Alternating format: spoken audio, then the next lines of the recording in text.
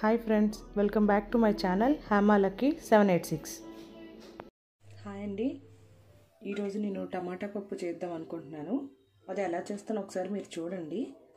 ముందుగా పప్పును తీసుకొని ఒక 2-3 టైమ్స్ వాష్ చేసి పెట్టుకున్నాను. ఇందులోకి ఒక 2 పచ్చిమిర్చి ఇలా ఘాటు పెట్టి వేసుకుంటున్నాను. ఒక మీడియం సైజు ఉల్లిపాయ పొడుగ్గా కట్ చేసి వేసుకుంటున్నా.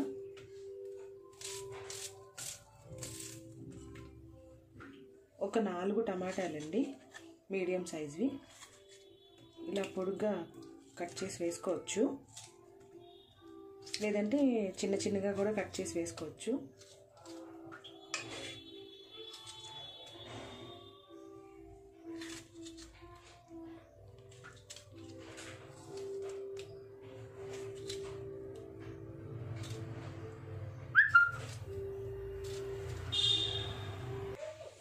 ఇందులోకి కొంచెం చిన్నది చింతపండు పిక్క తీసింది వేసుకుంటున్నాను.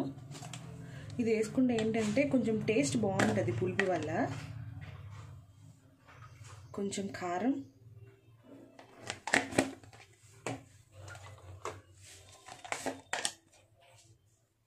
ఉప్పు,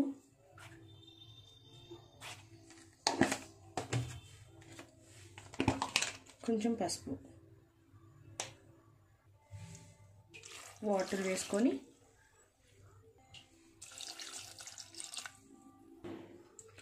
ఒక 5 విజిల్స్ వచ్చే వరకు పెట్టుకొని చూసుకోవాలి. తర్వాత చూపిస్తాను. ఇదిగోండి, పప్పు బాగా ఉడికిపోయింది. ఇప్పుడు దీన్ని కవం కొట్టుకోవాలి. ఇదిగోండి, ఇలా చేసుకోవాలి. ఇప్పుడు తాలింపు పెట్టుకుంటున్నా పప్పుకి. కొంచెం ఆయిల్ వేడెక్కాక ఇందులోనే ఎండుమిరపకాయలు,